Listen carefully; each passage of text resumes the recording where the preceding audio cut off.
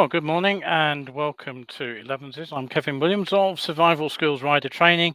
It's show number 213 and it's Wednesday, the 9th of February.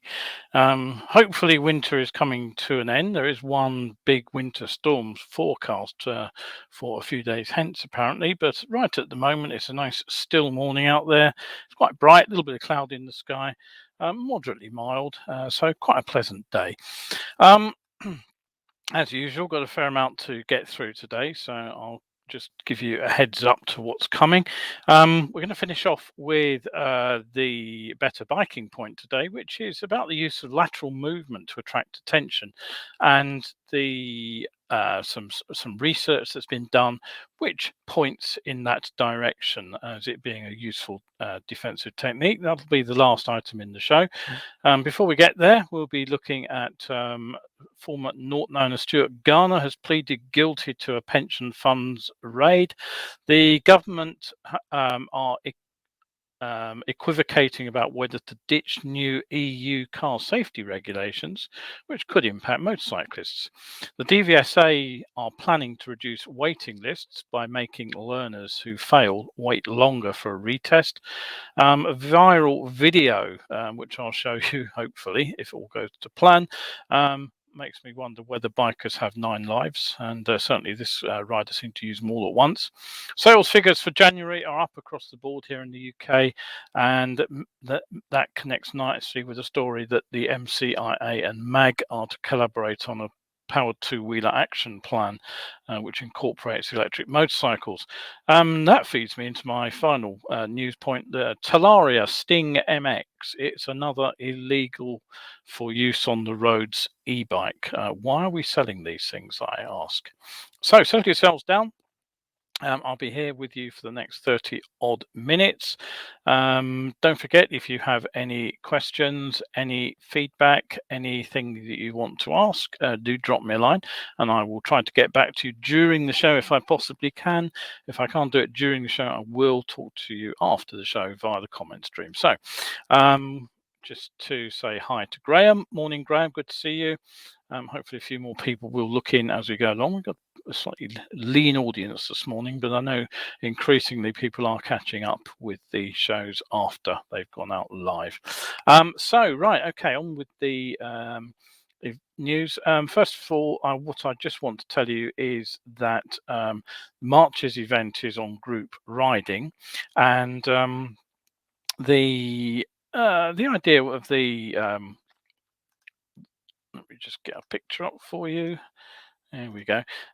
With the prospect of warmer weather not too far around the corner now in the northern hemisphere at least, and the evening starting to stretch out a bit, the ride out season is getting underway. For some people it never stopped, of course, but for many of us it sort of begins again when the weather warms up. Now, biking with buddies can be a lot of fun, and I have had some of our best biking moments on group trips.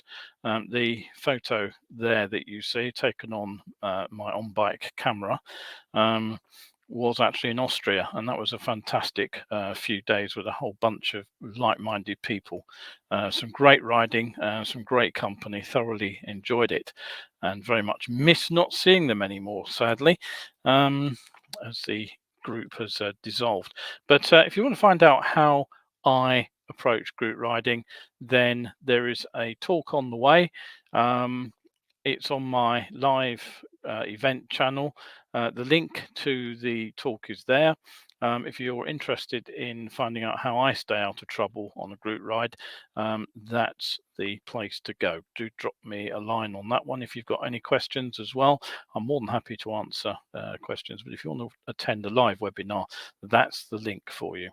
Right, okay, so on with the news. In the story that's been running for several years now, in fact, is the Norton debacle, and the story of the Norton pension fund raid by Stuart Garner, at least, appears to be drawing to a close. After pleading guilty to 3 offences at Derby Magistrates Court on Monday, he faces up to 2 years in prison or an unlimited fine for illegally investing millions of pounds worth of retirement savings into the Norton business. Now, Norton went into administration in January 2020, you'll probably recall, leaving the pension fund holders owed about 14 million. In June 2020, Garner was ordered to pay the money back after the pensions ombudsman ruled he had acted dishonestly. And it's understood the pension holders are still awaiting any of their funds to be returned. Garner acquired the classic bike mark in 2008, and he'll be sentenced at the end of this month. Now, oh, hello, Nigel. Nigel's just looked in as well. Good morning, Nigel. Right, you haven't missed too much. Now, one question that's hit the news, which has some implications for motorcyclists, is whether or not the government are about to use their supposed Brexit freedom to ditch EU regulations to actually axe some car safety regulations. Now, that's what some elements of the press are speculating, after Transport Minister Trudy Harrison said no decision had yet been made about whether the UK would be actually going ahead with these regulations. Now, this is the general safety regulations. And they were intended to make vehicles less dangerous to pedestrians and cyclists and also motorcyclists. And they include requirements for buses and lorries to be built with better lines of sight. To give you an idea of what, oh dear, what's going on here? That's not showing up. Let me try that again in just a moment. Try and do two things at once, try and multitask. So these regulations were the direct vision standard, were first developed by Transport for London, and they were then adopted by Brussels for inclusion within the general regulations. Now, I think I've just about managed to get this up again, so let's show you what I want to show you, the picture. There we are, there we have it. So, okay, that's what we're looking at here. This is the direct vision standard. Now, it's not the only one. The requirements also would regulate that cars and vans have advanced emergency braking systems to help prevent collisions. And they would also go through more comprehensive crash tests, and they would also be designed to help prevent head injuries to pedestrians and cyclists. And of course, there would also be that knock-on effect for motorcyclists as well. Now, Jason Wakeford, who's the head of campaigns at Break, the road safety charity, he spoke to The Independent, and he said the EU proposals, which the UK helped to shape prior to Brexit, provide the biggest leap forward for road safety this century, perhaps even since the introduction of the seatbelt. We urge the UK government to commit to adopting these life-saving regulations to reduce needless deaths and serious injuries on British roads. Now, as I say, the regulations were actually created with UK input, and they were finalised while Britain was still in the EU. But since they're being phased in, they do not automatically apply to Britain. And some Brexiteers in government and the Tory party have spoken out at what they see as foot dragging by the government on ditching EU rules. And last week, ministers did promise what they called a bonfire of Brexit freedoms to cut 1 billion of red tape for British businesses. And in a written answer to a parliamentary question, Ms Harrison said, the package of European measures known as the General Safety Regulation includes vehicle construction requirements covering pedestrian safety and a range of additional new technologies. The Department of Transport was involved in developing these requirements, but as they apply from July 2022, it will be for the government to decide whether to mandate the same systems in the GB. No decision has yet been taken. And she goes on to say that the departure from the EU provides the government with the ability to capitalise on regulatory freedoms, and that the government will implement requirements as appropriate for GB and where they improve road safety. Now, as I say, the direct vision standard there does regulate how much a driver can see through cab windows, and obviously as motorcyclists are vulnerable road users, and you'll see that they are actually in that picture from TfL, then that we benefit too to from the introduction of better designed vehicles. So, frankly, this is something that motorcyclists should be supporting, whichever side of the Brexit fence you want to stand on. If you want to see a slightly dull video from TfL, which explains the proposals in a little bit more detail, the link is now on screen there. Right. Okay. Don't forget you're watching Elevenses with Kevin Williams here of Survival Skills Rider Training. We go live every Wednesday and Sunday, nearly every live show, very occasionally a recorded one. I think I've done 2 recorded ones in all the time I've been doing this, so they're nearly always live. Yeah, so 11 o'clock is the time to set your reminder for. Now, the next news story. The DVSA are proposing a new way of reducing the waiting list for driving tests. If you're one of those unfortunate people who wants to get a full license, car or bike, you'll know that there are humongous waiting lists at the moment, months of them. So how are they going to do this? Well, basically, they'll impose a longer wait on drivers and riders who fail a test. Now, currently, if you fail a car or bike test, you can rebook after 10 working days.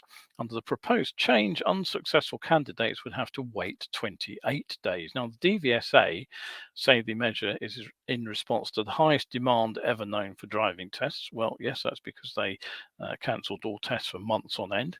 And the measure will reduce the number of people who attempt the tests when they're not ready. They say that demand for tests has increased due to 3 main reasons: fewer tests because of restrictions and other factors during the pandemic, learners booking early because there is a longer waiting time, and a low pass rate for driving tests. On average, slightly less than half the people pass their driving test on the first attempt, meaning they will need at least one more test. Now, the pass rate between April and September in 2021 was actually 50.5% for cars, although it's not clear if that's the overall rate, which I suspect it is, or the first time pass rate.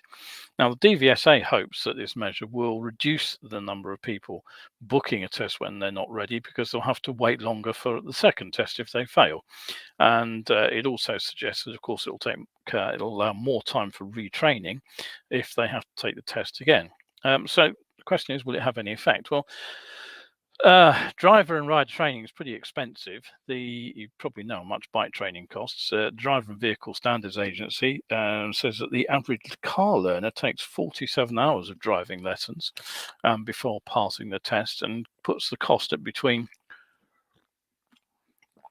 £1,000 and £1,300, depending on where you are in the country. Now, I honestly can't see that it'll have any great impact. Look at it this way.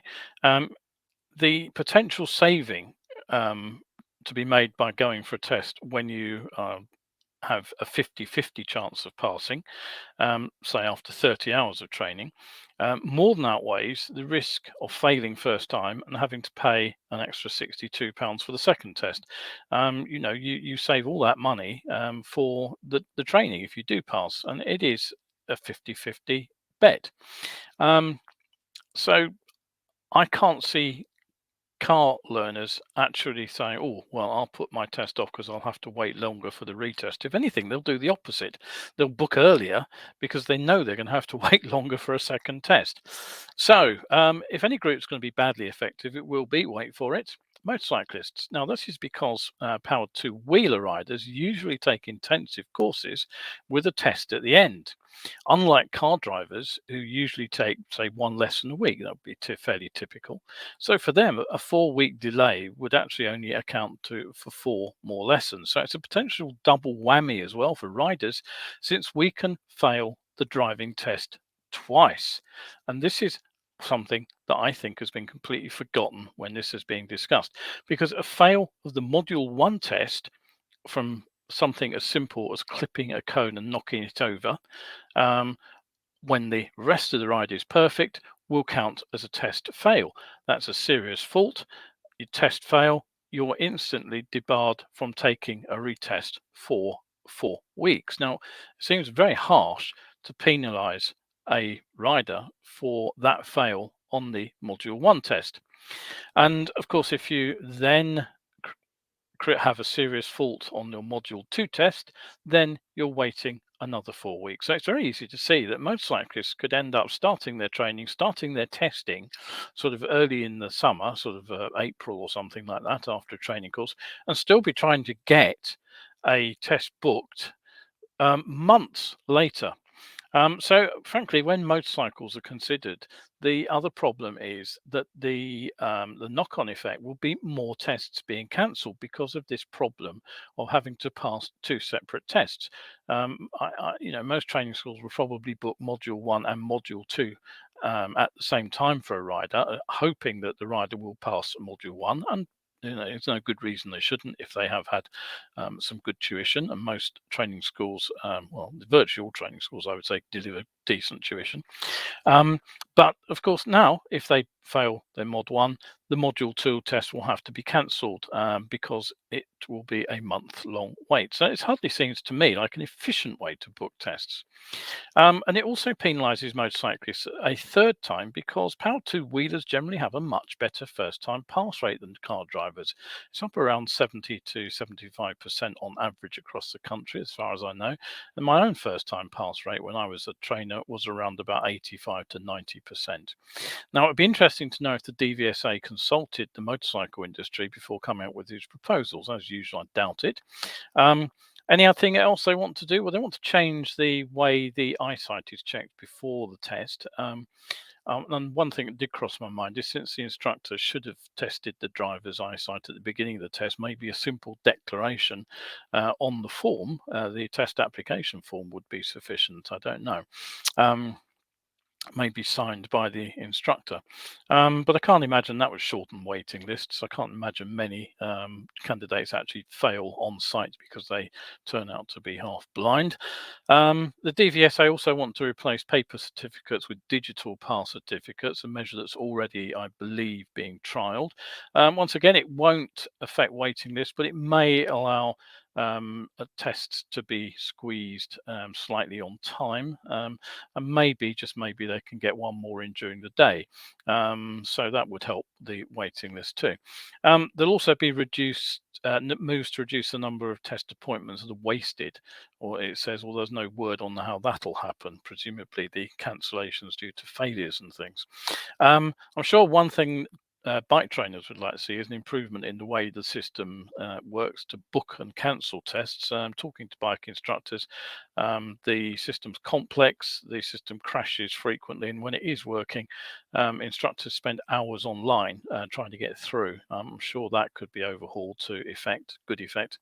The DVSA also apparently want to collect more data about how well driving instructors prepare learner drivers, but again, I'm not sure how much more info they need. They've got all the data on how drivers are actually coping right there in front of them on the examiner's marking sheets. But anyway, there we go. Have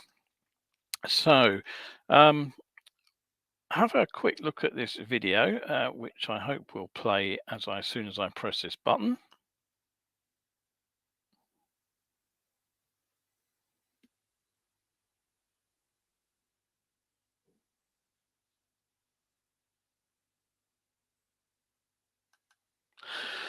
That was captured in Malaysia, obviously enough on a dash cam. I'm not sure how many of us would have been quite as quick on our feet as that rider.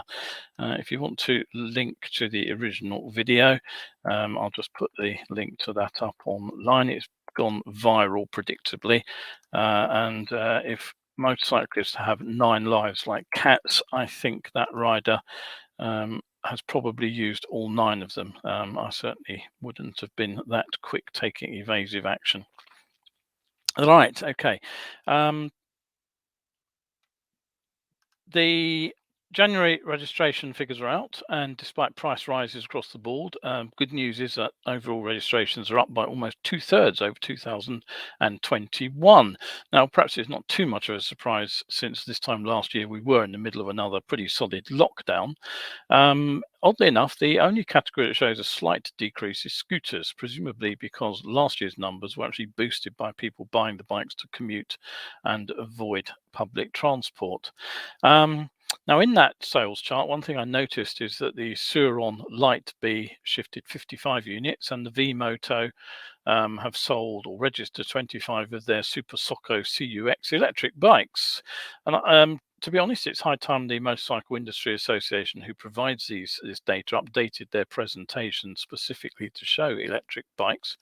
And I think it's also overdue because the MCIA are to put their heads together with the Motorcycle Action Group, MAG, to develop an action plan for the decarbonisation of powered light vehicles. Now, MAG has pointed out to both the MCIA and the Department for Transport that the opinions and interests of riders must be a key component when designing the future of motorcycling. And MAG say they're keen to work with both industry and policymakers to ensure the best outcome for riders. Now, MCIA's chief executive Tony Campbell actually acknowledged that when he talked about MAG members' passion and enthusiasm for motorcycling and MAG's commitment to protecting their freedom of choice. And he's also pointed out something that I've said in the past that the MCIA, I think, tend to forget. It must not be forgotten that MAG members and, of course, the broader motorcycling public are also our customers, and therefore we fully intend to work closely with MAG, ensuring that as the action plan evolves into actual outputs where relevant, these inputs will be developed with riders' views in mind. It's good to read that MAG are supportive. Okay, I know a lot of people aren't very keen on MAG, but it is a route towards influencing the future. And Tony Campbell goes on to indicate that the government's plan for a pure zero tailpipe future won't be unchallenged when he said, the MCIA agrees that pure electric will not be the only solution, and therefore we're working closely with MCIA manufacturer members and government, ensuring that as new technologies evolve, including synthetic combustible fuels, all options remain open. Now, as I've previously pointed out, whilst synthetic fuels are being touted as a green alternative to electric vehicles and biofuels can be carbon neutral, they are not zero emissions. Any fuel that's burned produces gaseous byproducts, and overcoming opposition to any emissions will be a challenge. So a joined up thinking process is going to be absolutely essential towards this. Right, okay, don't forget, if you are enjoying the show, you can pop over to my coffee page. The link is there on screen. Survival Skills, it's called, and you can buy me a coffee over there, and that'll keep me coming back with more news and views for you. And something that brings me directly to something else I've talked about in recent weeks: the growing problem of non-legal electric motorcycles on the which are being used on the road. The sort of thing that I'm talking about is this. This is here we go, there it is. It's the Talaria STING MX, and it's widely being promoted right now in the motorcycle dealer papers as a new kid on the ever expanding EMX block. Now, Talaria are, not surprisingly, yet another Chinese manufacturer.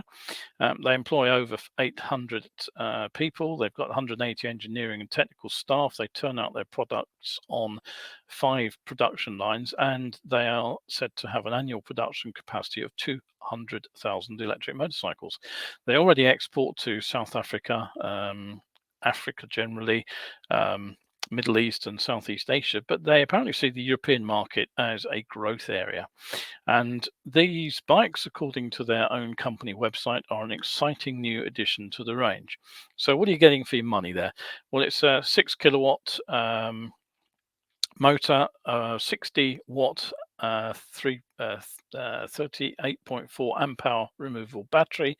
You get a range of up to 62 miles an hour, which probably be considered to be less than that in real life. And a top speed, variously described as about 45 or approaching 50 miles per hour. And the bikes come with a fairly affordable price of £4,495. Now, They're sold for off-road use only, but as many of us would have seen in other recent viral videos, and in fact in my own sightings on at least three occasions now, including one being ridden just a couple of weeks ago by a helmetless rider on the busy A41 in the dark in the rush hour up here in northwest London. These things are regularly finding their way onto public roads. Now, you can never fully legislate to prevent people riding things they're not supposed to be riding in places they're not supposed to ride them. But it's hard to see where these bikes can actually be ridden legally, because you either need a very big back garden or you need a dedicated off-road riding park. You can't simply go and use them on bridleways and green lanes or footpaths, as many of them turn out to be used, and you certainly can't ride them on the road. So I can't help but think that the answer to this is twofold. Firstly, that a machine like this should not be legal for sale in the UK. I believe that they should only be sold to the public if they are already road legal and they are registered for the road at the time of sale. That gives the authorities the chance to trace the bike. Now, obviously, you can strip off the number plate, but if it's got a frame number, you can trace it back to the person who has it registered in their name. The exception would be if they are sold to a registered off-road bike operator who has the facilities to run these things off-road and takes full responsibility for the machine and its future disposal. Now, there will be a few people who do have the space to write something like this, and they'll probably think that I'm interfering with their freedom to do what they want. But frankly, if you've got that kind of access, then you can afford to pay the extra for the road going registration. There's nothing that says you have to ride it on the road after you've bought it. And I know this can be done because Talaria are actually planning to release a road legal version of this bike in the spring. It'll be a moped apparently, but road legal all the same. So I'd be interested to know what you think. Does it sound like a reasonable solution to you to stop these bikes appearing out on the road? Is it workable? Thoughts, comments? Feel free to drop me a line on that one. Right, okay, so we're into the final section of the show. I'm just going to remind you, though, that I am booking training and the gift vouchers are available now, my winter vouchers. Basically, what happens is you buy a voucher and then you get back more than you pay when you come to book a course. You don't have to book the course just yet. I offer training 7 days a week right through the year, weekends, bank holidays included, right through till November when we get too much freezing weather around.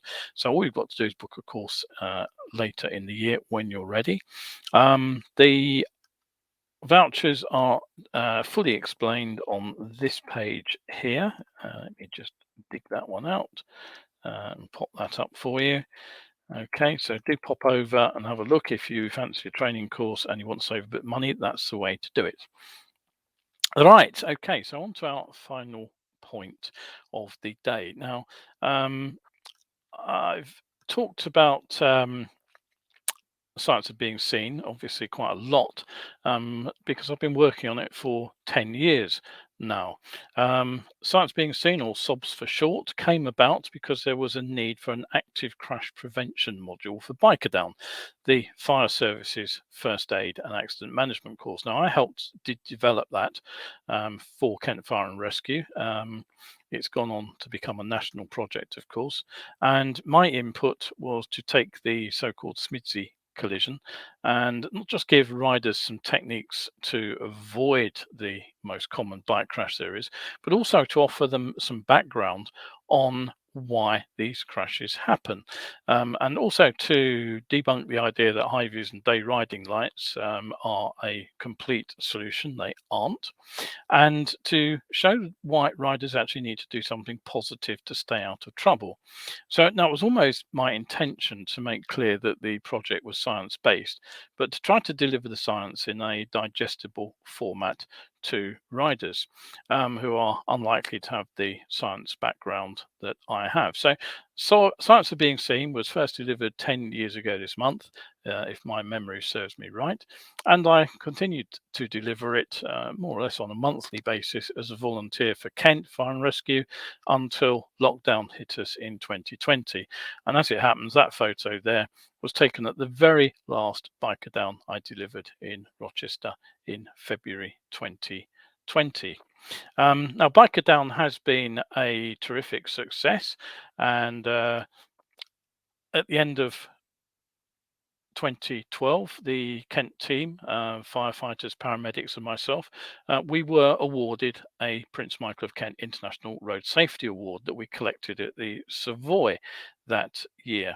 That's us all dolled up in our finest, getting our award. As you'll notice, I had slightly longer hair then as well. Now, sadly, I was told last year that my services were no longer required by Biker Down, which is disappointing. And Biker Down generally, they have commissioned a new presentation from an outfit in Canada. But I'm continuing, of course, to push on with Science of Being Seen because I think it's still a vital initiative, and the importance of the intervention, frankly, has been recognized internationally. I've delivered the presentation to a US audience via something called the Rev Talks series. I've delivered it to a UK audience of interested parties and road safety professionals alike as part of the Powered Two-Wheeler Safety Fortnight for Road Safety GB last year. And of course, I have also delivered it on Shiny Side Up in New Zealand. I was out there in person, as you probably know, in 2018 and 2019 for 5 weeks going around their road shows. Last year, we had to do it via Zoom, unfortunately, as COVID struck New Zealand.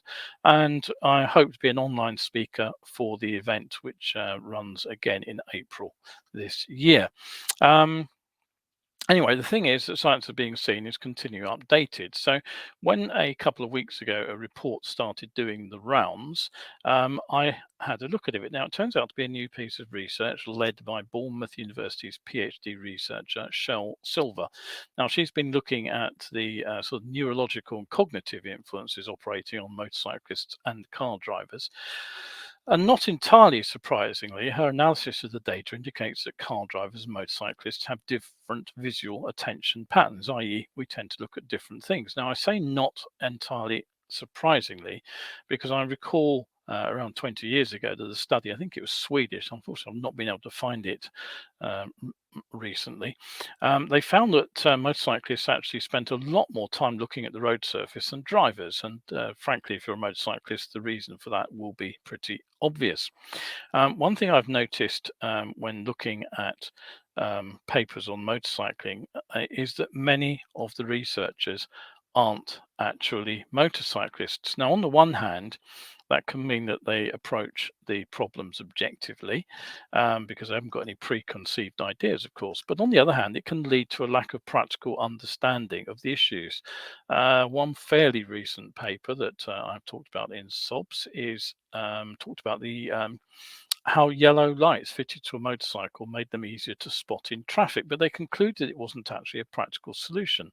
Unfortunately, that means they'd obviously never heard of removable yellow headlight covers, the same thing I have on my bike.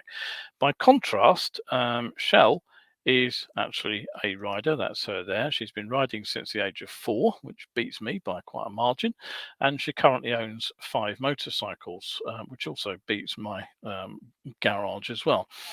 She is a member of the Doc Bike research team too, who I have had correspondence with previously, and she's an on the road volunteer for that charity.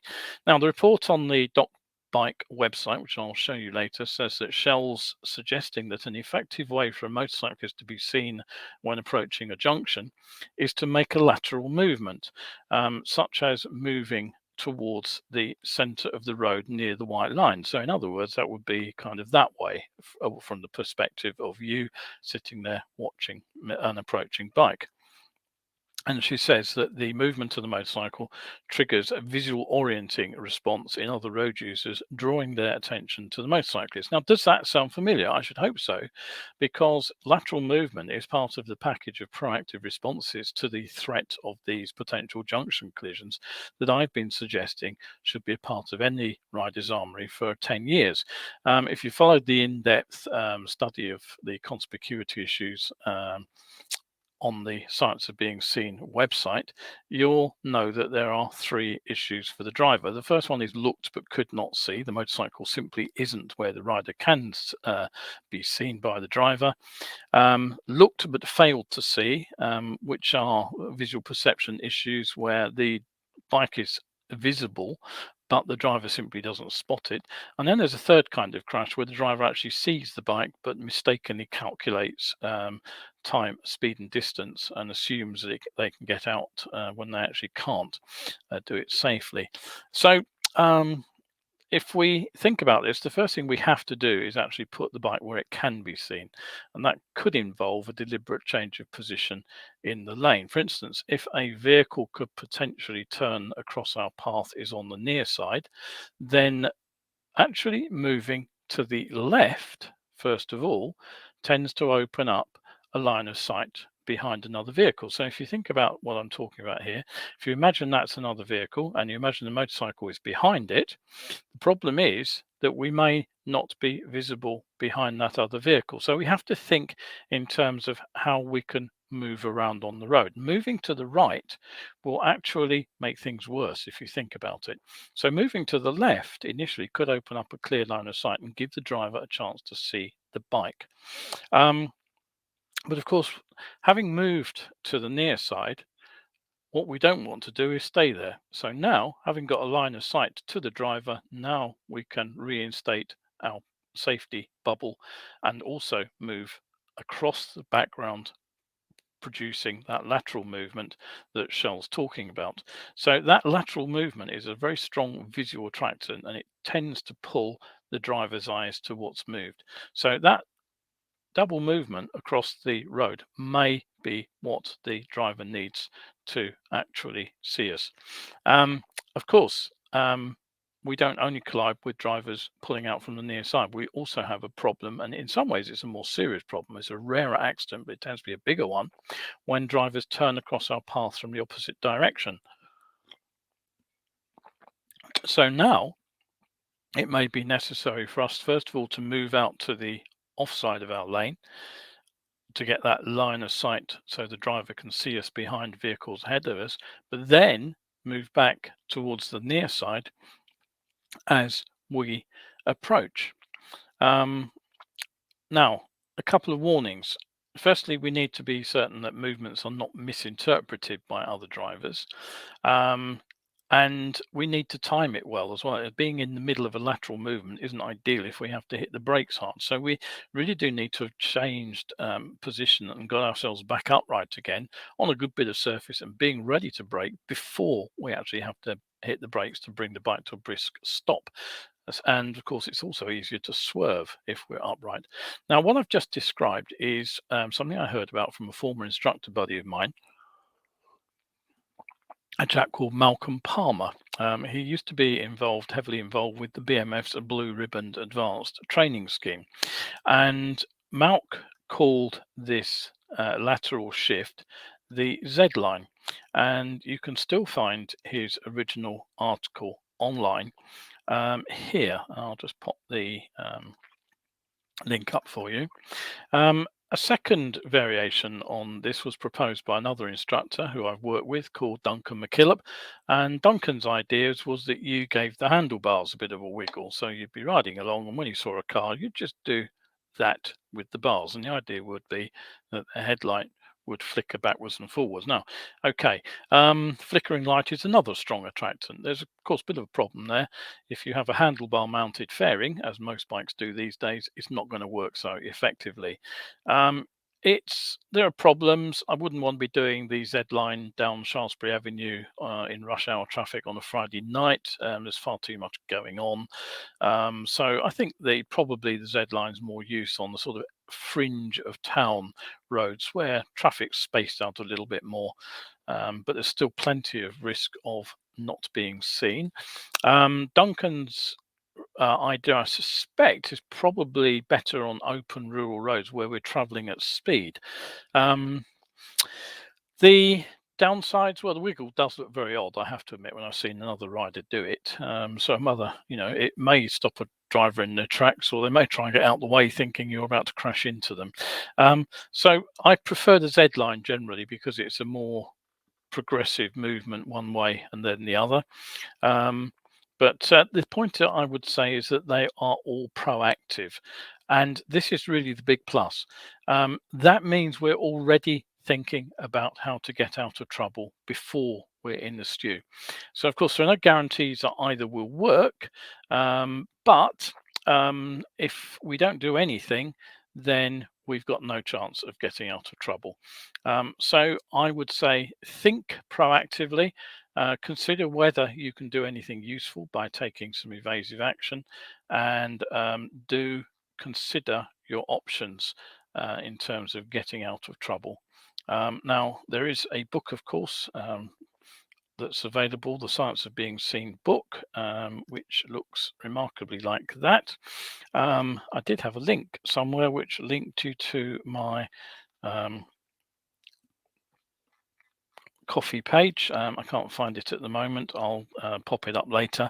But there's a PDF version as well as a paperback. The paperback has to be ordered through my printer and will take a few weeks to arrive. If you want to read the dope straight away, you can download the PDF. It's £7. It's over on my coffee page in the shop. You can see the link to the shop fairly easily, and you should be able to find it if you just scroll through quickly. I will put the link up in a moment.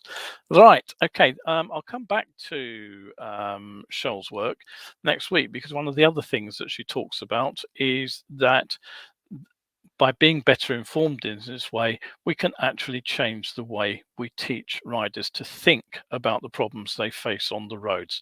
And if that sounds familiar, it should do, because again, that has been at the basis of my training for over 25 years. All right, okay, that is it for today. Don't forget, if you've enjoyed the show, do pop over to my coffee page, and hopefully I will see you for the next show, which will be on Sunday at 11. Meanwhile, if you're out there on the roads today, do ride safe and stay shiny side up. Thanks once again for joining me, and hopefully I'll see you in a few days' time.